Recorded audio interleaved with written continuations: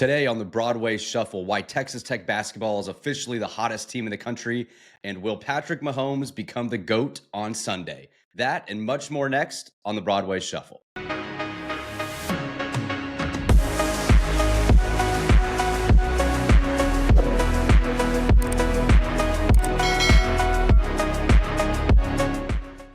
Okay, welcome to episode 50 of the Broadway Shuffle. We are at the half-century mark. I'm Brennan along with Clayton and Conrad. Unfortunately, we do not have Zyler here tonight. He's got some massive sales conference or something that he's doing. Zyler makes the big bucks there at Bahama Bucks. So he's not with us tonight, unfortunately, but he'll be back on Monday. So we're just riding with three of us tonight. Wherever you may be and however you may be listening, we appreciate you checking out the show, whether it's on Spotify or Apple. If you're listening there, feel free to give us a follow. If you're listening on YouTube, we would love for you to like this video and subscribe to our channel. 58% of you listening are not subscribed. So we would love for you to hit that subscribe button and follow along so you never miss an episode of the Broadway Shuffle. So, all right, gentlemen, we get to continue to ride a win streak. Now, 7 games in the Big 12. You are now 9-2 after the win against Baylor. Clayton, I'm going to come to you first, man. This team just keeps building and building and building, and you think maybe their fall. They're not going to beat Houston. Maybe they'll have a letdown after the big Houston win and, kind of come out soft at home and are tired. And, man, this team is just built different. What are your thoughts coming off of the win against Baylor? And, what do you think of the Chance McMillan turnaround three-pointer? That was Steph Curry-esque. That was sick. That was a great win. I feel like that was a spot that you could be worried about a letdown after the game from Saturday, getting that one and then coming back home. That wasn't really the case. We definitely got off to a slow start, but I would say after like the first 6 or 7 minutes, we pretty much controlled the rest of the game. That was always going to be a tough game for Baylor to win without Edgecombe. But that's still a really good team. They have a lot of good talent. To see you control the game pretty much the whole time, it got a little dicey there for a second, but then, like you said, the Chance McMillan 9-2 run by himself opened it back up, and then they pulled close at the end, but you were able to hit some tough shots or some shots to close it out. But dude, do you feel like Chance McMillan is the best player? I mean, I know you got Cooper Flagg and you've got, the dude from Auburn, but like in terms of offensive efficiency, is he the best offensive player in the country? Could you make that argument? Dude, I don't know if I would go that far, but I mean, he has a definite case for like best shooter and best, maybe like off ball player, but I don't think he's asked to do what Cooper Flagg and like Janai Broom are being asked to do on their teams. I was blanking. Yeah. But yeah, in terms of efficiency and shooting, I mean, the only other shooter that I would put in the same conversation as him is Kobe Brea from Kentucky. Mm-hmm. Outside of that, man, I'd take Chance over pretty much anyone else. His game has elevated to another level, and he's adding more, it seems like, each game. And you can tell the Grant and the coaching staff as well seem to be kind of trusting him in some more isolation sets now. We saw it against Houston. We saw some more again last night. I love running him off of the screens and the flare screens in the corner. It's beautiful to watch, man. The dude is phenomenal, and I'm so thankful that we got him again. It was crazy. This year. Go ahead. To see him go in ISO against Houston, I mean, that is something I never would have expected last year. Like Houston does not get beat in isolation, and we were willing to just run Chance McMillan ISOs at the end of that game. Yeah, and that's wild. Something he didn't have last year. He had some hot moments. I remember the game in Norman last year against OU. I think he had like 27 points. But we're seeing more of a complete package this year, which has completely opened up your offense. Conrad, thoughts on the Baylor win? I know you're proud being an anti-Waco guy. For those of you that weren't listening or maybe did not subscribe during football season, Conrad had a phenomenal presentation on why Lubbock is better than Waco, and that was proven last night, Conrad. Well, I thought about going back and revisiting that for our new listeners that have since joined the Broadway Shuffle, but decided that maybe they can go back out and check that episode out. But I probably wouldn't ask you to do that though, because we did lose that game 59-34. I still or 35 still have flashbacks to that. But no, last night was great. I mean, beating Baylor's always fun, but also just the way you did it. Like Clayton said, we did control that game really from start to finish. They got close at some points, but whenever they got close, you just had a Chance McMillan go a 9-2 run on his own. And Chance, just to circle back to that, he was unbelievable last night. And it's just you kind of, when you watch this team, you think, okay, what's Chance going to do next, or what's JT going to do next, or what's Darion going to do next? It's that kind of excitement around the team, which even the 2018 2019 team, as great as that team was, I didn't necessarily feel that excitement of, oh, what's going to happen next. I don't know that y'all did, but I mean, Chance playing 38 out of 40 minutes last night, scoring 19 points, and that 9-point run that he had on his own was unbelievable and so impressive. And this team, you still haven't. I still don't think you've seen them play together as great as it's been, or play as well as they can. As great as it's been during this 7-game win streak, you can still do more, which I think that's why all of us are more excited for what this means going into the game on Saturday against Arizona. But the USA was rocking as well. I think that was for sure the best atmosphere all year. Obviously, none of us were there, but it looked like it was rocking. So that always helps when your home floor is looking like that. Yeah, it's interesting because with Toppin specifically last night, he rolls his ankle there, kind of comes out, was able to come back in and still looked okay, but you could tell he wasn't 100%. He finishes with 8 rebounds and 8 points.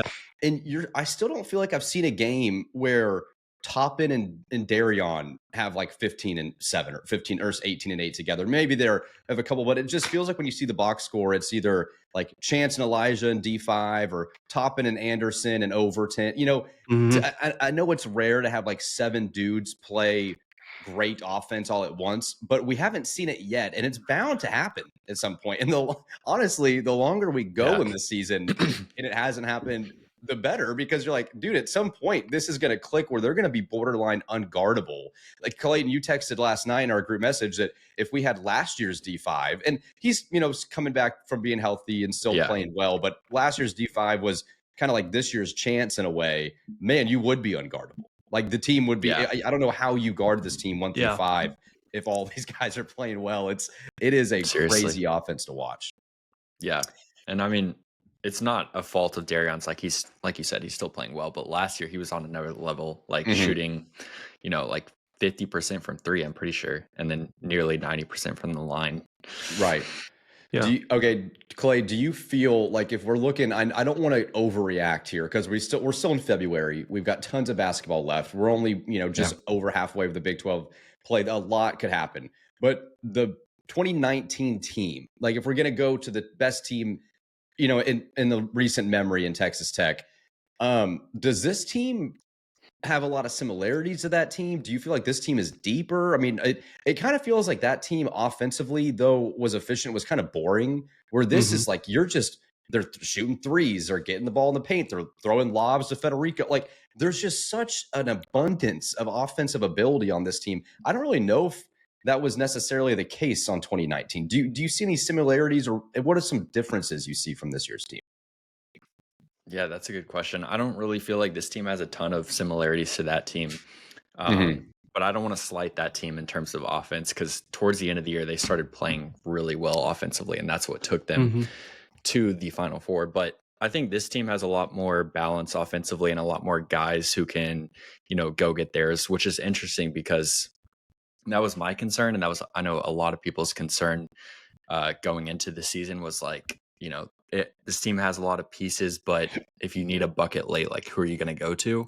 And I mean, you have at least 3 options, if not more than that, that you feel comfortable. Like we just talked about Chance, like ISOing at the end of the Houston game. We've done that with Anderson. Obviously, Darion Williams can do that. So you have plenty of guys that, like, when the game gets tight, you can throw the ball to them. That's something that I don't think the 2019 team had. I feel like in that area, it was really just Mooney and Culver, who you could just give the ball to and like get out of the way. Yeah, this team, it feels like you're not even worried. Like you don't need, if it's not in D5's hands, it's okay. You've got Chance, we even trust Christian Anderson. Like I would even trust him with the ball in his hands, and he's a true freshman, and he's got a ton of upside. Conrad, when you're thinking about what this team has done, because we were sitting here just a few weeks ago, the UCF loss was not that long ago, and we're like, oh man, you got to go win at Utah. You need the BYU win. You need this, and here we are at 9-2. I mean, this has got to be the hottest basketball team in the country. The ESPN announcer said that last night at the end of the game. Do you agree? You have to agree. If you don't agree, there's at least a case that can be made for them being the best team or the hottest team in the country right now. I mean, 7-game win streak in the Big 12, while it might not be as good as the SEC this year in terms of teams from top to bottom, it's still easily the second best conference in my opinion. So it's got to be the hottest team in college basketball right now, and especially if you win on Saturday night late in Tucson, there's no argument against it. I mean, this team has done something spectacular since that loss against UCF. Now you did lose to Iowa State, but that's more of a respectable loss than losing to UCF at home. And to see where we were, and even thinking about us four on the show, a month and a half ago to now, thinking about the basketball team is just totally turned around because of what we've been able to do, how they've gelled together, and just the level that these guys are playing at right now. So absolutely, they've got to be the hottest team. Clayton, do you agree with that statement that they are the hottest team in the country? Yeah. I mean, I'm not paying super close attention to the rest of the country, to be honest. But I mean, I don't know a lot of Power 5 teams who have a 7-game win streak within conference outside of the teams that are in contention for a 1 seed like Auburn or Duke. Yeah, you could. I mean, Auburn, Duke, Alabama, I think has won 6 or 7 SEC games in a row, and I mean, but then you've seen the Big 12. And this is where it's interesting to me is you had Iowa State at 3. When they came into Lubbock, they've fallen off a lot. I mean, they've lost 4 games. Kansas is at 4 losses. Baylor's now at 5 losses. And then Arizona, who was struggling to start the year at like 10-5, is now 16-5, and or 16-6 or whatever the record is, and they're 9-1 in conference or 10-1 in conference, and you got to go beat them again just to have a tiebreaker with them because their only loss in conference so far is to you in Lubbock. So it's interesting seeing how the tides have kind of turned. We've seen a lot of teams that started hot fade a little bit, and then teams like Tech who lost some close games pick it up late. But in terms of, what you're looking at across the country, Auburn is definitely, I mean, you still have the Auburns and the Dukes, and they're terrifying. Like those matchups would be, I'd be like, oh boy, if we had to still face Auburn. But I do think this team can compete with anybody in the country. And that's really all you can ask for this late in the season. When you're looking at building a tournament resume, this team, I think, can win in March. And that's all you can hope for.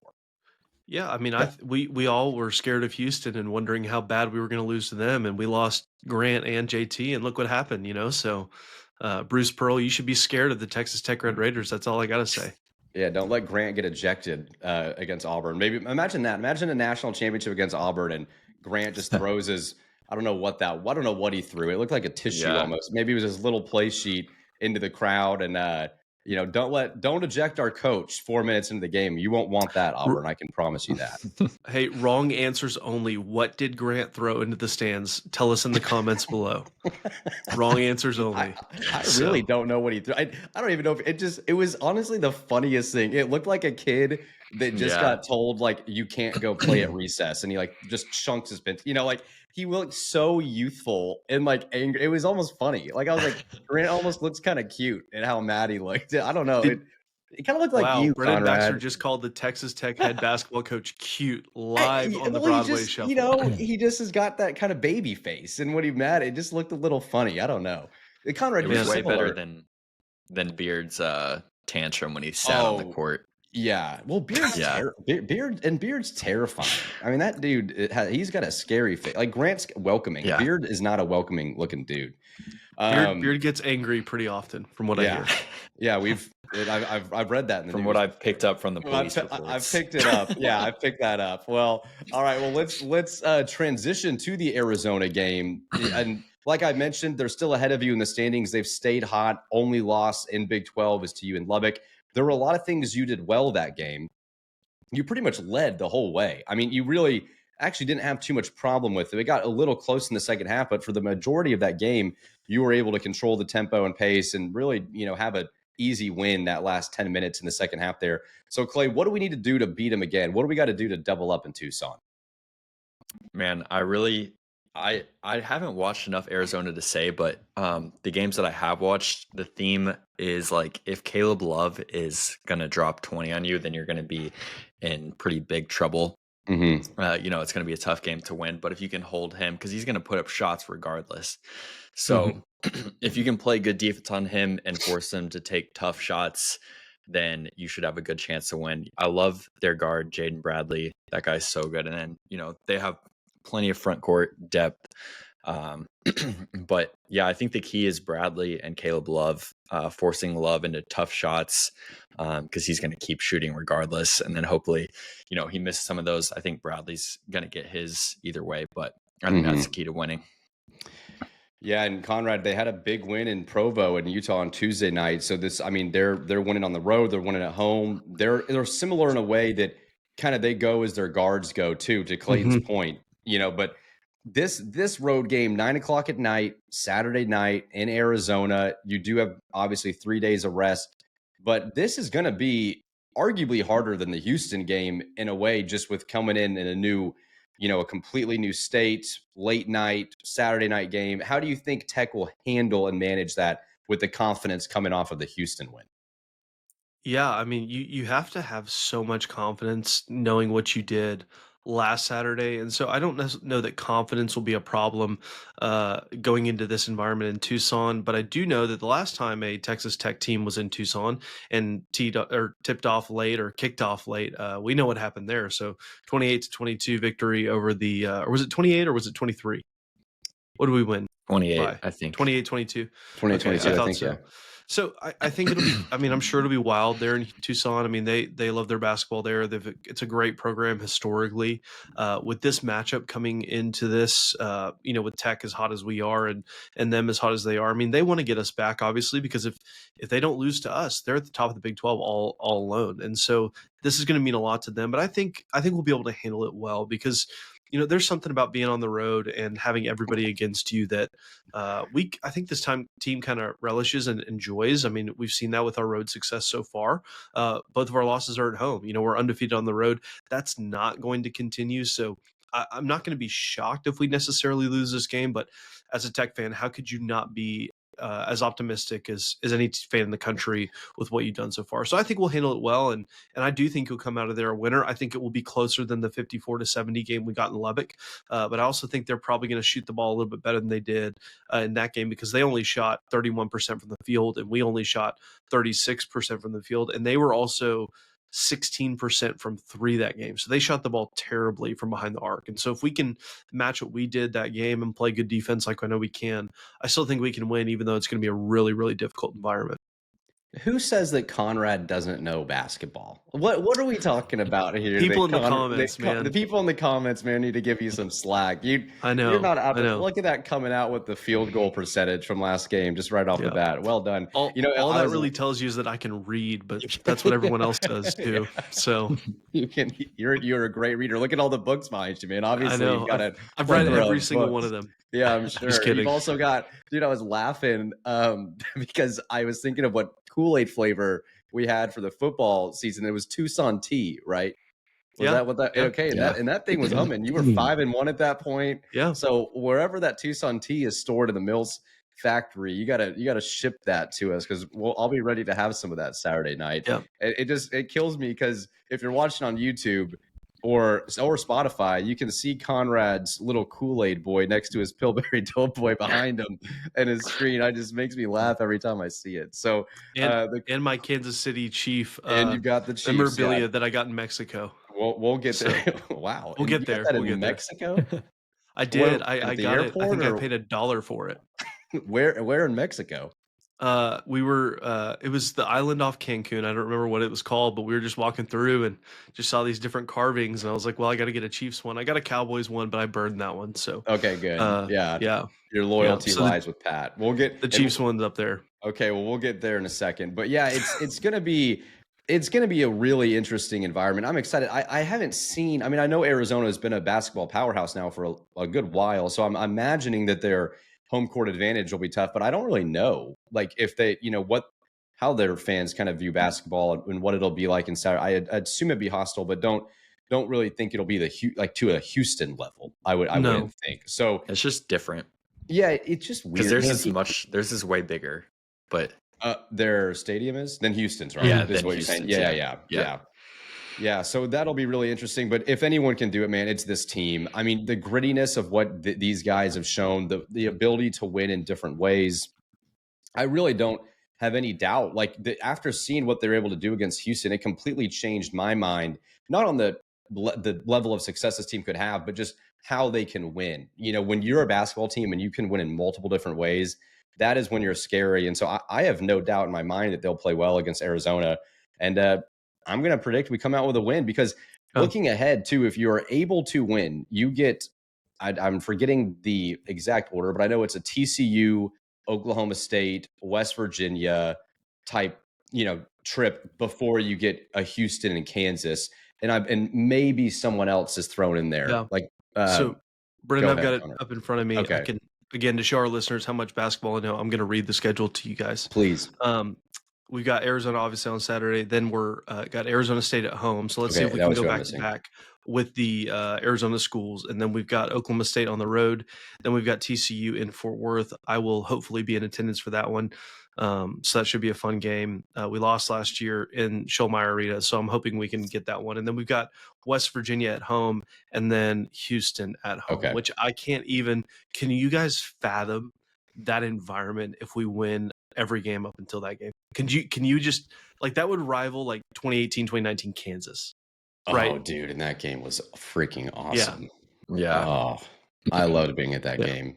That was the pinnacle of college for me, I think. Was that 18? Was that 18? No, that was a year you went to the Natty. That was 19. Yeah, that was 19. Yeah. Oh, dude, man. Bringing back memories. I might cry. Yeah, but the thing is you're going to be favored in probably all of those games. I don't know if you're favored against Arizona, but after Oklahoma State, TCU, West Virginia, Arizona State, you'll be favored. And so you in the next 4 or 5 games, if you take care of business, even if with a loss to Arizona, you still have a great chance to still be in this conference. You are now in probably a bubble of 4 or 5 teams that probably realistically have a shot to win the title, the Big 12 title now. So, I mean, maybe even 3. It might just be Arizona, Houston, and Texas Tech. Yeah. I don't know if I'm willing to write off Kansas yet, but they're at 4 losses. So I mean, there are a couple, and you still have to go the table. Yeah, and you've got to go at Lawrence still. So a lot can still happen. Still plenty. I'm not trying to overreact and say put in a chalk we're winning the Big 12 title, but definitely have an opportunity 11 games in, and a win against Arizona will go a long way in making that happen. So for sure. All right, well, we'll see. I hope the Red Raiders find a way to get it done, but it's going to be a great game nonetheless. So we'll move to some quick news and notes from the Big 12. Here, you did have Arizona, like I mentioned, with a key win at the Cougars of BYU on Tuesday night. You also had Kansas demolish Iowa State, which has, like we had kind of talked about, Iowa State's fallen a little bit. Kansas, they're a little inconsistent this year. They've had some weird results, losing the big league against Baylor and then going to crushing Iowa State. And then Houston bounced back with a win against Oklahoma State, and you had Cincinnati beat UCF as well. And then that's really the only games that matter in terms of kind of where you're at in the standings and teams you need to look out for. So not a lot of change there, but it'll be interesting. And again, in the Big 12, you just never know. Anyone can beat anyone. So, All right, guys, well, let's transition to something that I know Conrad is ready to do. And ready to celebrate. And that is a gentleman by the name of Patrick Mahomes, potentially winning his 4th Super Bowl on Sunday night against the Philadelphia Eagles. Conrad, you have been famous for already crowning Mahomes the GOAT. We've had some conversations on this podcast. Do the Chiefs get it done? And will Patrick Mahomes become the official GOAT on Sunday night in your mind? Well, Patrick Mahomes is already the GOAT in my mind, so he has been for a couple of years. I just think what he's done to start his career like this, 7 straight AFC Championship appearances, 5 Super Bowl appearances. It's going to be 4 victories on Sunday, and the first team to ever three-peat. I think what you're seeing with him is unprecedented. Hasn't had the best regular seasons the last 2 years, but again, he's unbelievable with his talent, what he can do. Obviously, his playoff record is speaks for itself so early in a career, and so obviously he's got to keep doing it. But the reality is, so far, everything has gone right. This Eagles team is a good team, though. I don't want to discount anything from them as much as it pains me to say that. I don't think that the Chiefs have a better roster necessarily than the Eagles, but I definitely know the Chiefs have the better head coach than the Eagles. The Chiefs have the better quarterback, and they've got the experience. They've got it done. They beat the Eagles 2 years ago, and Patrick Mahomes in big games is just different. So I do think the Chiefs win. I'll go 34-28. I think it'll be a touchdown victory, maybe 34-31. But then again, I do think the Chiefs will get it done. So do you guys disagree, Clayton? Are you on the Chiefs? Are you a Texas Tech Chief this weekend, or are you going to be going for the Eagles? I'm definitely going for the Chiefs, but I'm picking the Chiefs to win as well. I feel like at this point, I just can't pick the Chiefs to lose a game. I mean, I'm pretty sure they've won like 24 out of the last 25 that Pat's played, so I'm just not going to pick against him. But I think it'll be a good game. If Saquon gets loose, that could swing it to the Eagles. But the Chiefs haven't allowed a 100-yard rusher for like the last 18 playoff games or something like that. So I'll take the Chiefs. Well, Clay, it's got to be hard for you, man. I mean, Saquon won you the fantasy league this year, so in a way, it's like you've got to be kind of rooting for Saquon, right? Like, I mean, you're not going to be that upset if you watch him tear off another 70-yard touchdown run. Yeah, I wish I had some money on the line with this one. I probably owe him some of my winnings from the regular season. Yes, I'm sure he needs it. He's right? Probably fine. Yeah. Well, Conrad, it's funny when you like every time Patrick Mahomes' name gets brought up, your eyes just kind of get a little bigger, and you have to mention first. You've got to mention the 7 AFC. It's like you've got it written down somewhere. Your Patrick Mahomes reasons. I mean, I've got more if you want more. No. We heard it. I think a week ago. I think we're good. But okay, well, there's guys, more than even that. So well, you guys go Chiefs. I obviously was hoping the Chiefs were not going to be in the Super Bowl this year. I love Mahomes. I want them to win. But, dude, for some reason, I'm going to pick the Eagles. I'm going to be the guy. I'm just going to continue you can call it what you want. Say I hate Pat, though I don't. But I think that Saquon and Jalen and their running attack and different things, I don't know. It just feels like the Eagles, everyone hates them. Everyone hates their coach. Their own players seem to not like their coach. We all make fun of Sirianni, yet this franchise has been now in 3 Super Bowls in 8 years, and they've made the playoffs every year, and people just continue to discredit him, continue to say Sirianni's a bad coach or Jalen's a bad quarterback or whatever. And I think they end the narrative this year. And so I don't want that to happen. Personally, I would like to see the Chiefs win, but I feel like that narrative is going to end. 3-peats in the NFL have never happened. I just don't think history will be made, though I think Pat will play well. I'm going to go Eagles 37, Chiefs 20. I'll go 28. I think the Eagles I think the Eagles just kind of run. I think the Eagles just kind of run through them. I mean, seeing what James Cook could have done against the Chiefs, if they would have just kept feeding the ball, they ran the ball effectively. Saquon's a little better than James Cook, though. James Cook is very good. So I'm going to go Eagles by 9. You can make fun of me on Monday. I'll probably be wrong, but someone's got to do it on the pod. So I'll take the blame. The interesting thing, too, is not that, our listeners in the comments section, and if you made it this far and you're not subscribed, hit that subscribe button. But our listeners in the comment section will come after you. But if you're wrong and you've teed yourself up for another distinguished award, you will be, I'll just tell you guys now, you will be my Tommy Tuberville of the week for the second time in 2 weeks. So Brennan Baxter's just setting himself up for an honor of all honors. Hey, man, I am all for that. If I'm the 2025 Tommy Tuberville of the Year award when we do our award show next year, I'd be happy to accept that honor. But I don't think I will be. I think this will be, even if the Chiefs win, I think that'll be my last time being the TT of the week. Has any team ever had the opportunity to three-peat? Mm-hmm. No. Well, not in the Super Bowl. No one's ever made it to the Super Bowl. Not in the Super Bowl. The Cowboys. Yeah. No one's ever made it to the Super Bowl, though, and actually just had to win one more game. Correct. Yes. Yeah, I wonder what the closest someone has gotten before this year. Do y'all know that by chance? The NFC, like the Cowboys lost to the 49ers in the NFC Championship. I believe the Steelers, the 49ers, and then 80s and the Steelers in the 70s, I think lost to the Raiders in the championship. And then, the Cowboys in the 90s. There might be maybe the Dolphins in the 70s too. Let me ask you guys a hypothetical question since we're on the topic of the Cowboys. What is more likely? Mahomes getting to 6 Super Bowls before he turns 42, or the Cowboys winning another Super Bowl in our lifetime? Wow. You're saying Mahomes winning 6? Getting to 6, yeah, but by the end of his career. Mahomes winning 6 Super Bowls. He's at 3 right now. He wins on Sunday, obviously. But then getting to 6 Super Bowls, or the Cowboys winning another, just one in our lifetime? We're all 28 years old. What's if the Chiefs win tomorrow? Oh, I don't know, man. Because there's a long time in our lifetimes. Tomorrow, you mean Sunday?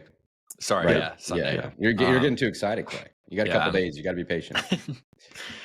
If the Chiefs win Sunday, I think the Pack gets to 6. But the Cowboys have to win one eventually. They don't, though. Yeah, I don't know about that. They haven't won one in your lifetime already, though. Yeah, that's true. So in my life, I wasn't born yet. 96. No, we weren't born. I was like I was born in the year of 96, but I guess the Super Bowl had already happened. Dude, that's a great question. I mean, you got to think, to Clayton's point, you would think they got to win one, but tell that to a Bills fan. Tell that to tell that to the franchises that have been there, done that, had the opportunity and still have not won one. That's what's interesting about the NFL for how long it's been now, 50, 60 years. I mean, you've got, if the Chiefs win, that'll be if you count their AFL win, that'll be their 5th, Patriots with 6, Cowboys with 5, Steelers. Like a lot of these franchises have kind of bunched them up, and there's a lot of franchises that haven't won one yet, which is pretty interesting. So I'm going to go Pat, especially if they win on Sunday. I would change my opinion if they lose, but when you get to 4 with him still being very much in his prime and him only needing 2, and if you said he played to 42, 2 in 14 years, I think that's probably, pretty likely, especially if he just does another Brady type run later in his career. Cowboys, man, you just don't know. I think as long as Jerry Jones is running the show, they will not win a Super Bowl. I believe there's the Jimmy Johnson curse, or even the Tom Landry curse, or whatever you want to call it.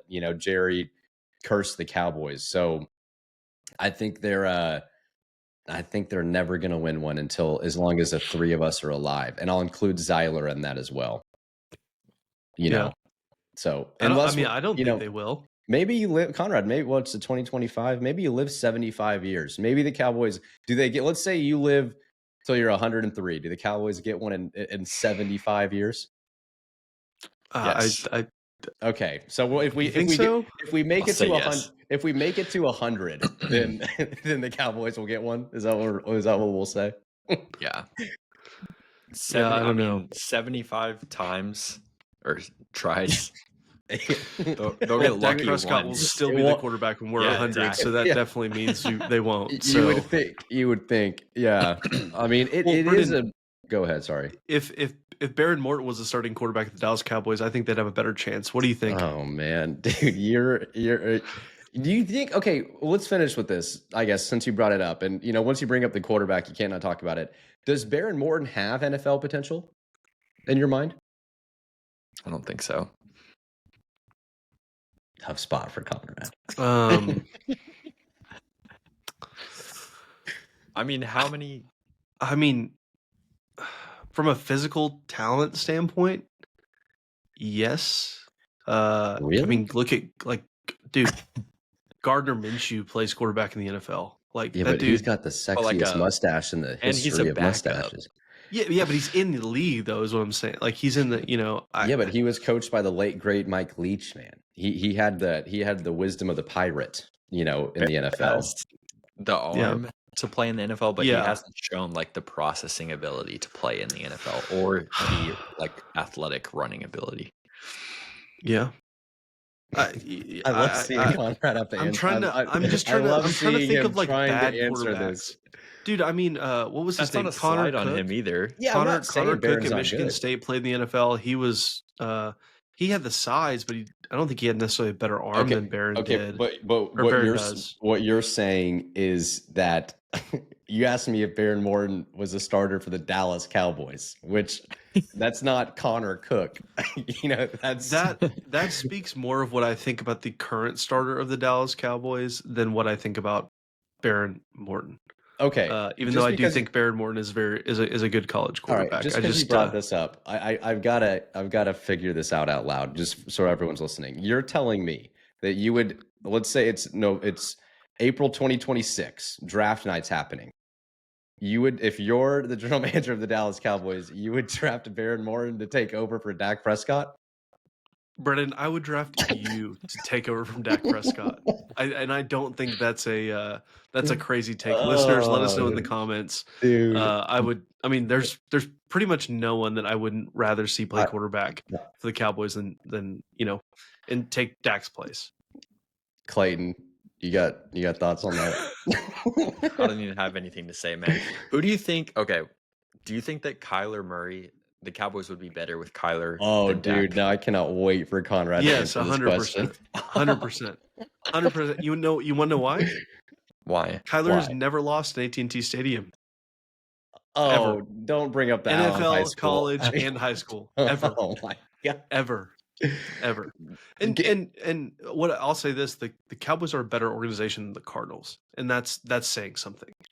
Are they though? I mean, yeah, right really? now, like I don't know. Yeah. I don't know. I don't know if the Cardinals made a Super Bowl more recently than the Cowboys. Yeah, they did, but it was still however many years ago. What was it, 2011? Okay, now that we're all think about how far away. Yeah, that's a totally I would take Kyler over Dak for sure. Not even close. I don't think Dak's ever won a championship at any level of football ever. He had Mississippi State. He gave Mississippi State their best season in the country. Yeah, but are we really going to go to high school? Well, Dak Prescott didn't win a high school state Did Dak Prescott win a junior high championship? I don't know that he's ever won anything. Okay, Conrad, wait, I've got another one. Kyler Murray's in a room. Dak Prescott's in a room. Who else? I'm not answering this. Joe Burrow's in a room. And who else do you love? Who else do you really love? I guess we'll go Baron Morton. Who are you? Why? Who are you picking? I'm not going. Who am I? What? Who are you picking? Like who are you taking with you? You can only take one. Oh, Pat. I'm gonna take Pat with Pat. I didn't. I'm gonna take Pat. Yeah, you didn't say Pat. I said Kyler, Dak, Joe Burrow, and who was my Josh Rosen and Josh Rosen, who you loved coming out. Dude, Josh Rosen was I'll stop. I'm not going to defend that. That could have been a good take. If Josh Rosen went to the Chiefs with this team, I think he'd be Patrick Mahomes. No, I'm kidding. I'm kidding. That's an absolute joke. I don't know. It's a difficult one. I'm going to take the fifth. I don't know. I can't. I mean, I'm definitely not picking Dak. Wow. We'll let you have it. I know. Okay. Well, there's our quarterback conversation of the night. Be back on Monday, and we'll probably discuss more. Well, man, I wish Zyler was here for that conversation. We'll have to bring this up to Zyler on Monday. So, all right. Well, boys, that was a ton of fun, and I just hope the win streak keeps on going. I hope we're back on Monday talking about a great Super Bowl, discussing a Texas Tech win at Arizona. So. We will be here on Monday morning to review all of that. A major weekend in sports. We're looking forward to it as well. Maybe even Anthony Davis will suit up for the Mavericks this weekend. We'll see a new era in the NBA as well. So that'll be fun to look forward to. Nobody cares about the NBA. I tend to agree. So the markets would say so too. So we'll be back on Monday. Again, if you haven't subscribed, please do. We would love for you to not miss a single episode. Follow along with us. It helps our channel grow. We greatly appreciate you checking it out, or follow along on Spotify and Apple. And you can find all of our social medias in our description below, and a link to all of our interviews and other episodes as well. So for Clayton and Conrad, I'm Brennan. We'll see you guys on Monday, and Wreck 'em Tech, baby. Talk to you guys soon.